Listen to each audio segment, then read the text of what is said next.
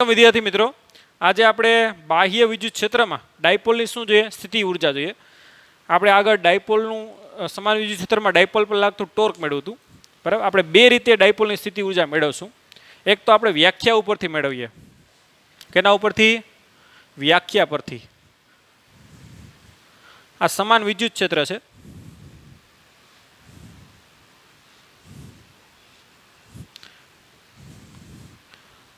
હવે ડાયપોલ એટલે શું? તો કે જેટલો ઋણ વિદ્યુતભાર હોય એટલો શું હોય? આ ધન વિદ્યુતભાર. અને એની વચ્ચેનું શું હોય? આ પરિમિત અંતર, જેને આપણે શું કહીએ? 2a. તો પહેલાં ઋણ વિદ્યુતભારને લઈ આવવો હોય બાહ્ય વિદ્યુત ક્ષેત્રમાં તો આપણે ખબર છે કાર્ય કરવું પડે. પછી ધન વિદ્યુતભારને લઈ આવવો હોય તો પણ કાર્ય કરવું પડે. આ રીતે જેટલું કાર્ય કરો એટલે ઉર્જાનો શું થાય? સંગ્રહ થાય. અને એ જ ઉર્જાને આપણે શું કહીએ? ડાયપોલની સ્થિતિ ઉર્જા. ખ્યાલ આવ્યો? તો સિમ્પલ જ છે. આગળ આપણે બે વિદ્યુતભારને કેમ લઈ આવ્યા હતા? સ્થિતિ ઉર્જા મેળવી હતી એ જ છે. -q ને તમે લઈ આવો. દાખલા કે અહીંયા વિદ્યુત સ્થિતિમાન છે. ક્યાં આગળ? આ એ બિંદુ કહી દો. આ શું કહી દો? બી. એ આગળ વિદ્યુત સ્થિતિમાન કેટલું છે? તો કે V(r1) કહી દો. ચાલો. અને અહીંયા કેટલું કહી દો? V(r2). આ સૂત્ર તો આગળના લેક્ચરમાં આપણે ઓલરેડી ભણી ગયા. -q ને લઈ આવો તો કેટલું કાર્ય કરવું પડે? W1. એટલી સ્થિતિ ઉર્જા સંગ્રહ થઈ જાય. U1 બરાબર શું થાય? -q × V(r1). પ્લસ હવે Q2 વિદ્યુતભારને +q ને લઈ આવો તો એના માટે કાર્ય W2 બરાબર શું થાય? U2 બરાબર શું થાય? તો કે +q × V(r2) પ્લસ કોને કારણે? આને કારણે પણ અહીંયા આવે ને, એક આ ઋણ વિદ્યુતભાર છે એને કારણે પણ શું થાય? કાર્ય કરવું પડે. એટલે એની બે વચ્ચેની સ્થિતિ ઉર્જા કેટલી હોય? તો કે -kq એટલે kq² બાય શું થાય? તો કે બે વચ્ચેનું અંતર. એ બે વચ્ચેનું અંતર કેટલું થાય? 2a. તો અહીંયા શું આવશે? 2a. તો ટોટલ સ્થિતિ ઉર્જા U બરાબર શું થાય? તો કે U1 + U2. U1 એટલે -q × V(r1). U2 એટલે q + q × V(r2). -k એટલે શું લખાય? 1/4πε0 પણ લખાય. × q² બાય કેટલું થાય? 2a. બરાબર. જો આ બંને વચ્ચેની સ્થિતિ ઉર્જા કેટલી લખાય? તો કે -1/4πε0. આ પણ q છે ને આ પણ q છે એટલે કેટલું થાય? q² બાય વચ્ચેનું અંતર કેટલું થાય? 2a. ચાલો, એ સ્ટેપ અહીંયા થયું. બરાબર. કે માઇનસ હોય તો બંને વચ્ચેની સ્થિતિ ઉર્જા, એક ધન હોય ને ઋણ હોય, એની સ્થિતિ ઉર્જા કેવી થાય? ઋણ થાય. ઓકે. આમાંથી q સામાન્ય નીકળે તો q કૌંસમાં શું આવે? V(r2) - V(r1) -1/4πε0 q² by 2a. Okay. હવે V(r2) - V(r1) આ બંને વચ્ચેનો વિદ્યુત સ્થિતિમાનનો શું છે? તફાવત. તો આપણે ખબર છે કે આ વિદ્યુત ક્ષેત્ર E હોય તો E બરાબર આપણે લખતા હતા શું લખાય? -ΔV ના છેદમાં ΔL અથવા તો Δx. જે Δx એટલે આ અંતર થાય Q. આ માનો કે આ ખૂણો થીટા છે. આ ખૂણો કેટલો થાય? થીટા થાય. બરાબર. P આ શું છે? P. અને આ વિદ્યુત ક્ષેત્ર E એની વચ્ચેનો ખૂણો કેટલો છે? થીટા. તો આ પણ કેટલો થાય? થીટા. તો આપણે ΔV એટલે શું થાય? તો કે આ માઇનસ લખો અહીંયા. V(r1) ΔV એટલે V(r1) - V(r2).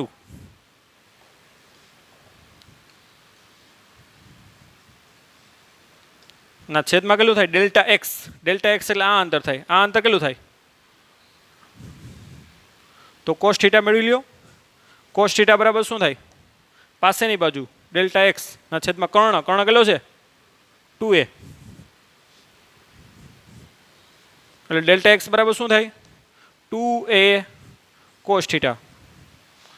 તો અહીંયા Δx કેટલો થાય? 2a cos θ. માટે આપણે કોની કિંમત મળી ગઈ? જો V(r1) - V(r2) ની કિંમત મળી ગઈ. જો આ માટે V of R1 minus V of R2 એની કિંમત કેટલી મળી આપણે? તો કે આ માઇનસ અહીં લખીએ આગળ, minus e into 2a cos થીટા. ધ્યાન આપજો, V of R1 minus V of R2 એટલે 2a ક્યાં જાય? આને ઈ આરે ગુણાય એટલે ઈ ઇન્ટુ શું આવશે? 2a cos theta. આ માઇનસ છે આપણે અહીંયા લખ નાખ્યો, બરાબર? તો આપણે આની કિંમત મળી ગઈ, એ કિંમત આપણે અહીંયા મૂકી દઈએ. તો આની કિંમત મૂકી દઈએ આપણે, પહેલાં ક્યુ એમને લખ નાખીએ. આની કિંમત શું છે? તો કે માઇનસ ઈ ઇન્ટુ શું છે? 2a શું છે ભાઈ? 2a cos theta. ઓકે, આ માઇનસ અહીં ગુણ નાખીએ એટલે માઇનસ લખ નાખો આગળ, Q E 2a cos theta into આ એમને એમ લખ નાખો minus 1/4πε0 Q square by 2a. Okay,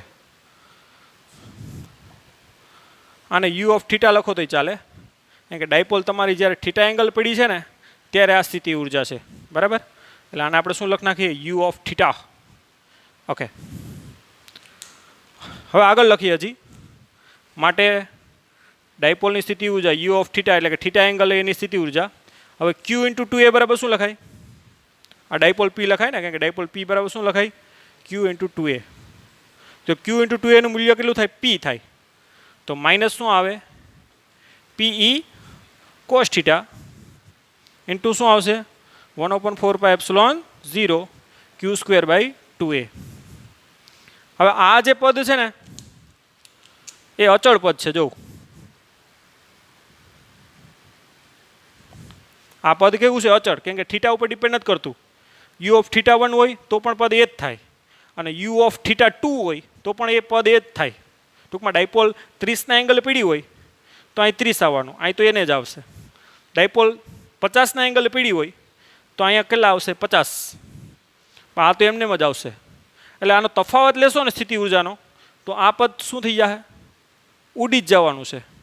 એટલે એ પદને તમારે સરળતા ખાતર 0 લેવું હોય તો પણ લઈ શકો, કારણ કે તફાવત આવશે સ્થિતિ ઉર્જાનો, જે તફાવત જ ઇમ્પોર્ટન્ટ છે. તો આ પદ શું થઈ જશે? તો કે ઉડી જશે. એટલે એ પદને તમે 0 લઈ શકો. ખ્યાલ આવ્યો તમને? માટે ડાયપોલની સ્થિતિ ઉર્જા કેટલી કરી શકો તમે? યુ ઓફ થીટા એટલે કે થીટા એંગલે ડાયપોલની સ્થિતિ ઉર્જા કેટલી થાય? Minus PE cos theta. ખ્યાલ આવ્યો તમને? Minus PE cos theta. કારણ કે આ પદ છે એ કેવું છે? તફાવતમાં શું થઈ જાય? ઉડી જાય. ટૂંકમાં યુ ઓફ થીટા 1 લઉં તો અહીં થીટા 1 આવશે, યુ ઓફ થીટા 2 લઉં તો અહીંયા શું આવશે? થીટા 2. પણ આ પદ તો એમ જ આવશે. પછી U2 માઇનસ U1 કરો તો આ કેવું થઈ જાય? ઉડી જવાનું છે. માટે એ પદને તમે શું લખી શકો? 0 લઈ શકો. તો એ પદને 0 લો તો ડાયપોલની સ્થિતિ ઉર્જા કેટલી આવે થીટા એંગલે? તો કે યુ ઓફ થીટા એટલે કે થીટા એંગલે ડાયપોલની સ્થિતિ ઉર્જા કેટલી થાય? માઇનસ પી કોસ થીટા. જ્યાં થીટા એટલે કોની વચ્ચેનો ખૂણો છે? ડાયપોલ પી અને વિદ્યુત ક્ષેત્ર ઈ વચ્ચેનો શું છે? ખૂણો. જે તમે જોઈ શકો આકૃતિમાં, આ જે થીટા છે આ કોનો કોનો? આ વિદ્યુત ક્ષેત્ર ઈ છે. અને ડાયપોલની દિશા કઈ તરફ હોય? ઋણથી કઈ તરફ? ધન તરફ. તો થીટા છે એ પી અને ઈ વચ્ચેનો શું છે? ખૂણો છે, બરાબર? તો આ રીતે ડાયપોલની સ્થિતિ ઉર્જા કેટલી થાય? Minus PE cos theta. અથવા તો સદિશ સ્વરૂપે લખો તો માઇનસ પી ડોટ ઈ, એ રીતે પણ લખી શકો. કેમ કે ડોટ ગુણાકાર કરો તો શું આવશે? PE cos theta. તો આ રીતે વ્યાખ્યા પરથી ડાયપોલની સ્થિતિ ઉર્જા આ રીતે મળે. પાછું ફટાફટ રિવિઝન કરી નાખીએ કે ભાઈ એક સમાન વિદ્યુત ક્ષેત્ર છે. સમાન વિદ્યુત ક્ષેત્રમાં એક ડાયપોલ પી બરાબર ક્યુ ઇન્ટુ 2a આપણે મૂકેલી છે આ રીતે. હવે એ ડાયપોલને લઈ આવી હોય તો પહેલાં માઇનસ ક્યુને લઈ આવવો પડે અને પછી પ્લસ ક્યુને લઈ આવવું પડે. માઇનસ ક્યુને લઈ આવો તો આટલું કાર્ય કરવું પડે, બરાબર? કાર્ય બરાબર ડબલ્યુ બરાબર વી ક્યુ, જ્યાં વી એટલે આ એ આગળની શું છે? સ્થિતિ ઉર્જા, કારણ કે ત્યાં આપણે માઇનસ ક્યુને લઈ આવ્યા. હવે આપણે ક્યુ પ્લસ ક્યુને લઈ આવીએ.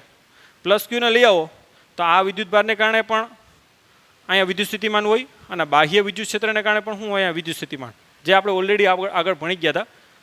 તો અહીંયા U2 બરાબર શું થાય? તો કે q into V of R two એટલે બાહ્ય વિદ્યુત ક્ષેત્રને કારણે વિદ્યુત સ્થિતિમાન ગુણ્યા આ બે વિદ્યુત ભારો વચ્ચેની સ્થિતિ ઉર્જા આ રીતે લખાય. અને આગળનો લેક્ચર છે એ ખાસ જોજો એટલે તમને આરામથી આવડશે. માટે કુલ સ્થિતિ ઉર્જા થીટા એંગલ છે એટલે યુ ઓફ થીટા લખ્યું U1 પ્લસ U2 એટલે આ બેનો શું કર્યો આપણે સરવાળો. આમાંથી ક્યુને સામાન્ય કાઢ્યો એટલે આ યુ આ બરાબર. હવે આની આપણે કિંમત મેળવી લઈએ. V of R two minus V of R વનની કિંમત. તો એ કિંમત મેળવવા માટે આપણે ખબર છે આગળ આપણે સંબંધ મેળવી જ લીધો છે કે એ બરાબર શું થાય minus delta V by delta x. હવે ડેલ્ટા વી એટલે આ બંને વચ્ચેનો વિદ્યુત સ્થિતિમાનનો તફાવત. અહીંયા વી ઓફ આર વન છે, અહીંયા વી ઓફ આર ટુ છે એટલે શું આવશે V of R one minus V of R two ના છેદમાં ડેલ્ટા એક્સ એટલે આ અંતર થાય. આ અંતર ના થાય કારણ કે આ વિદ્યુત સ્થિતિમાન આ બધા બિંદુ આગળ સરખું હોય એટલે delta V by delta x delta x આ થાય. હવે ડેલ્ટા એક્સ કેટલું થાય તો કે 2a cos થીટા. તો આ મૂકી દીધું ડેલ્ટા એ 2a cos થીટા. તો V of R one minus V of R ટુની કિંમત મળી ગઈ. આ 2a cos થીટા અહીંયા ઈ આરે ગુણાય એટલે આ માઇનસ છે અહીંયા આવે e into 2a cos theta. તો આ કિંમત આપણે મળી ગઈ. એ કિંમત મેં અહીંયા મૂકી દીધી જુઓ બરાબર. હવે q ઇન્ટુ 2a બરાબર શું લખાય p. તો એ p આપણે અહીંયા મૂકી દીધો માટે u ઓફ થીટા બરાબર માઇનસ pe શું આવશે cos થીટા. હવે મેં તમને કીધું એમ આ પદ ડાયપોલ થીટા અને પીડી હોય તો એ પદ એ જ રહેશે કારણ કે થીટા ઉપર ડિપેન્ડ નથી કરતું. જો આ થીટા ઉપર આધારિત છે પદ નહીં. 1/4πε0 q²/2a. તો એ પદ U1 લખો તો પણ એ જ પદ આવવાનું છે, U2 લખો તો પણ એ જ પદ આવવાનું. એટલે ડાયપો સ્થિતિ ઉર્જા તમે તફાવત કરો તો આ પદ ઉડી જવાનું છે. ખ્યાલ આવ્યો તમને? માટે એ પદને તમે અવગણી શકો અથવા તો 0 લઈ શકો. તો ડાયપોલની સ્થિતિ ઉર્જા કેટલી થાય માઇનસ pe cos થીટા. તો ડાયપોલની સ્થિતિ ઉર્જા કેટલી થાય માઇનસ pe cos થીટા. જ્યાં થીટા એટલે શું છે તો કે ડાયપોલનો સદિશ p અને વિદ્યુત ક્ષેત્રનો સદિશ c વચ્ચેનો ખૂણો. અને સદિશ સ્વરૂપે પણ શું લખાય ને માઇનસ p સદિશ ડોટ e સદિશ. તો આ રીતે આરામથી તમે સમજી શક્યો. આ વ્યાખ્યા પરથી મેળવું. હવે આપણે એને ટોર્ક ઉપરથી પણ મળી શકે. તો પહેલાં લખી લ્યો પછી એ જોઈએ. હવે ટોર્ક ઉપરથી જોઈએ આપણે. ટોર્ક ઉપરથી સ્થિતિ ઉર્જા મેળવીએ.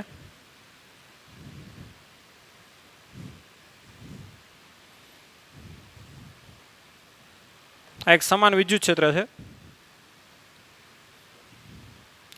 એમાં આપણે આ ડાયપોલ લઈ આવીએ માઇનસ ક્યુ પ્લસ ક્યુ. આ ડાયપોલનો સદિશ p અને આ વિદ્યુત ક્ષેત્ર E વચ્ચેનો ખૂણો કેટલો કહી દઈએ આપણે થીટા. અને ડાયપોલ p બરાબર શું છે q ઇન્ટુ 2a છે. ઓકે. હવે આ ડાયપોલને આપણે કેટલા થીટા એંગલ લઈ આવીએ તો આપણે ખબર છે એને ટોર્ક લગાડવું પડે. અને એ ટોર્ક કેટલું હોય એ આપણે ઓલરેડી સૂત્ર ખબર છે. ટોર્ક કેટલું હોય pe sin થીટા. પણ આપણે ડાયપોલને દાખલે કે હું તમને કહું કે માનો કે ડાયપોલ છે એ તમારી આ રીતે પડેલી છે કારણ કે આ સમસ્થિતિમાન પૃષ્ઠ છે. કારણ કે આ બધા બિંદુ આગળ વિદ્યુત સ્થિતિમાન કેવું હોય એક સરખું. એટલે શરૂઆતમાં દાખલે કે આ સ્થિતિ છે કેટલી તો કે θ1 કેટલો છે 90 છે શરૂઆતમાં બરાબર. θ1 કેટલો છે 90. ટૂંકમાં આ પ્લસ ક્યુ અને આ માઇનસ ક્યુ. ત્યાંથી આવી રીતે શું કર્યું એને થીટા એંગલે લઈ આવ્યા. તો મારે શું કરવું પડે કાર્ય કરવું પડે. અને કાર્ય બરાબર શું થાય દાખલે કે એકદમ નાનો ખૂણો ડી થીટા જેટલો લઉં તો કેટલું કરવું પડે dw બરાબર શું થાય ટો ડી થીટા. કેમ કે આપણે કાર્ય w બરાબર શું થાય f ઇન્ટુ dr dw નાનું સ્થાનાંતર. હવે અહીં ચાક ગતિ છે. ચાક ગતિ છે એટલે બળની જગ્યાએ શું આવશે ટોર્ક. અને dr ની જગ્યાએ શું આવશે ડી થીટા.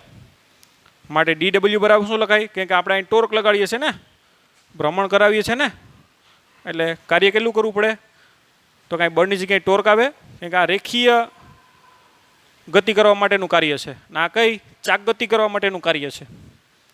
માટે કુલ કાર્ય w બરાબર ક્યાંથી ક્યાં સુધી θ1 થી θ2 ટો ઇન્ટુ શું આવશે ડી થીટા. ટોની કિંમત મૂકી દો. માટે w બરાબર ટોની કિંમત શું છે તો કે p sin થીટા. p અચળ છે સંકલનમાં શું આવશે sin theta into D theta. ક્યાંથી ક્યાં સુધી θ1 થી θ સુધી θ2. θ2 કેટલો છે થીટા છે ને અને θ1 આપણે કેટલો લીધો 90. અહીંથી આપણે આમ લઈ ગયા તો sin θનું શું થાય બોલો જોઈએ. ચાલો θ1 થી θ2 લખો ને પહેલાં. θ1 થી શું લખો θ2. ઓકે sin θનું સંકલન માઇનસ cos θ. ક્યાંથી ક્યાં સુધી θ1 થી θ2. જેટલું કાર્ય કરો એટલી સ્થિતિ ઊર્જાનો શું થાય સંગ્રહ થાય. માટે W બરાબર શું લખાય U. તો U બરાબર શું લખાય માઇનસ PE બરાબર. આ માઇનસ આગળ આવશે પહેલાં ઉપરની લિમિટ cos θ2 માઇનસ નીચેની લિમિટ cos θ1 અથવા માઇનસ કાઢી નાખો તો શું આવશે અહીંયા cos θ1 માઇનસ cos θ2. આ સૂત્ર યાદ રાખી શકો કે ભાઈ ડાયપોલને θ1 થી θ2 લઈ જાઓ ને તમે તો આટલું શું કરવું પડે કાર્ય અને એટલી સ્થિતિ ઊર્જાનો શું થાય સંગ્રહ થાય. બે ડાયપોલની વચ્ચે જો બે વિદ્યુતભારની વચ્ચે શું થાય ઉર્જાનો સંગ્રહ. હવે અહીંયા θ1 કેટલા છે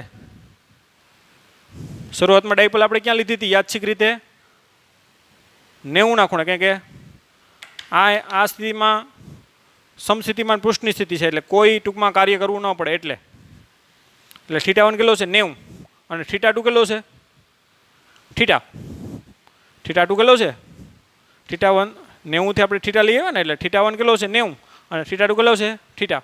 માટે આમાં મૂકી દો તો U બરાબર શું આવે PE cos θ1 એટલે કેટલા થાય cos 90 માઇનસ cos θ. cos 90 કેટલા થાય 0.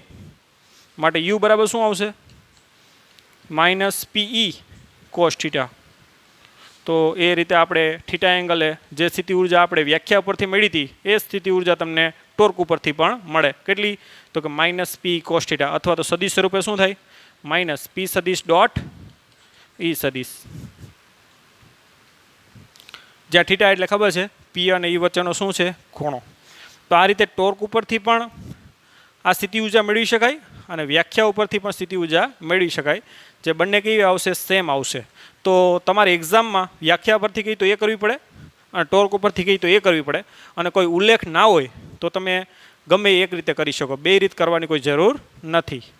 તો આ રીતે બાહ્ય વિદ્યુત ક્ષેત્રમાં ડાયપોલની સ્થિતિ ઊર્જા કેટલી થાય તો કે માઇનસ PE cos θ. ઓકે તો આજના લેક્ચરમાં આપણે અહીંયા સુધી રાખીએ બરાબર. Okay bye.